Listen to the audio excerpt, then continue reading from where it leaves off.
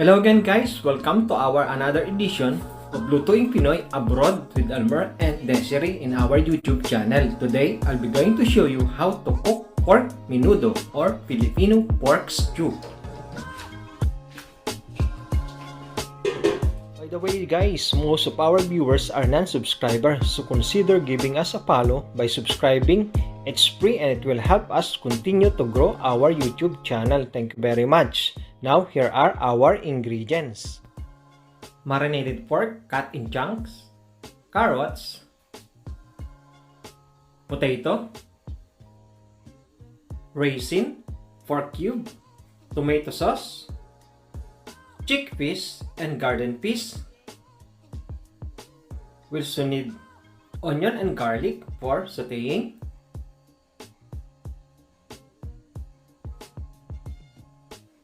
oyster sauce, oil, salt and pepper, and also fresh bay leaves, or you can use dry bay leaves, bell pepper,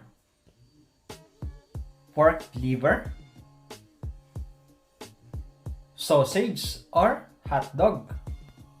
Now let's start cooking. In a clean wok, let's pour some oil, enough for sauteing our onion and garlic.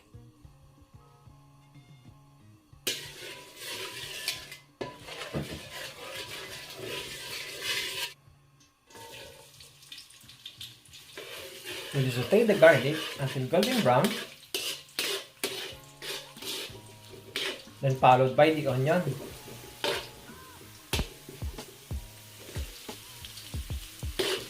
Then we're going to put our marinated pork. I marinated this pork overnight in some soy sauce, garlic and onion, and some ground black pepper. In cooking stew, it's very important to have it marinated to make the meat tender and the taste is more flavorful. Then add some water to thoroughly cook our meat.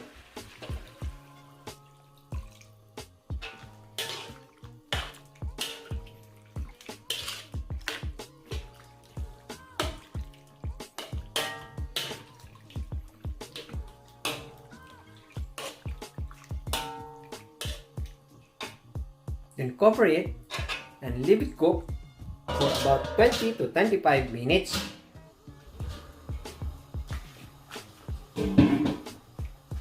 We're going to add the tomato sauce, then followed by green bay leaves or the fresh bay leaves. If you don't have fresh bay leaves, you can use the dried bay leaves that is readily available in any supermarket or store near you.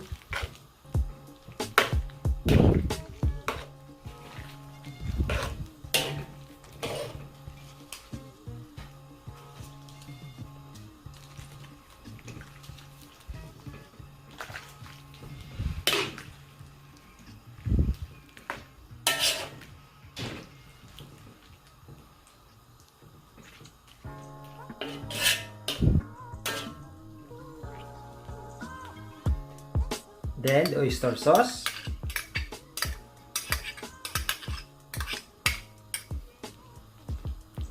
to make our pork stew or menudo more flavorful, and pork cube.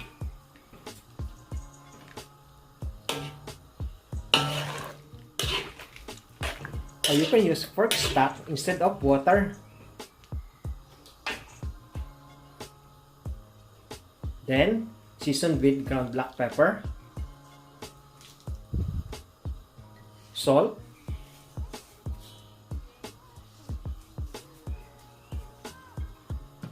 then mix it.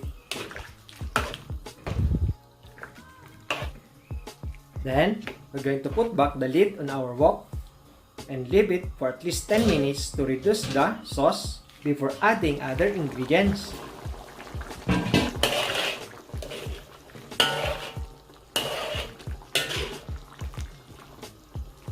Now it's time to add the sausages or hot dog. Then carrots, followed by potatoes.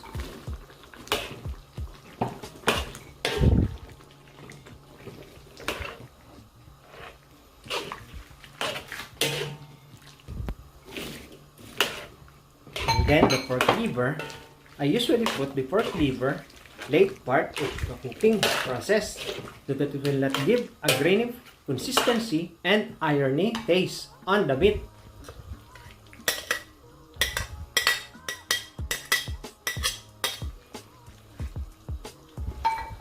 Then make some stirring in the wok.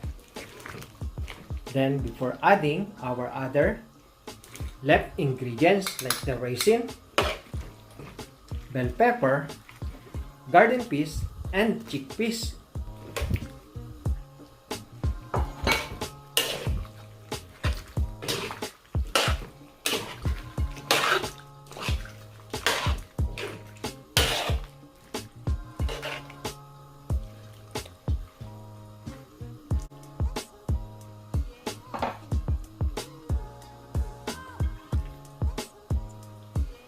For you guys, for my videos, DIY and cooking, please visit our YouTube channel, Facebook page, TikTok, and Instagram at Lutuin Pinoy Abroad.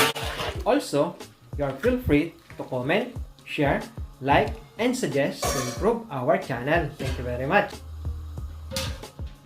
Then reduce the flame and simmer it for at least 10 minutes to thoroughly cook our pork menudo.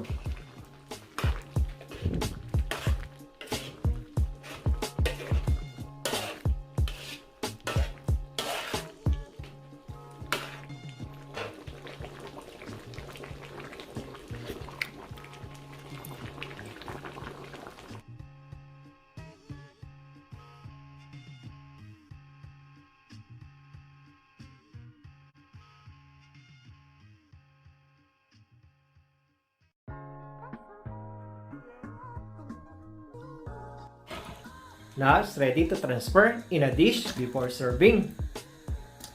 And enjoy this delicious taste of pork menudo. Thank you very much for watching. Enjoy cooking. Happy eating. As we are always saying, God bless. Bye-bye.